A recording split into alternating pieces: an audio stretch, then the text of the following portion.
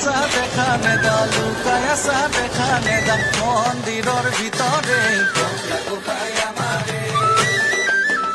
R ভাদুৰ মাহত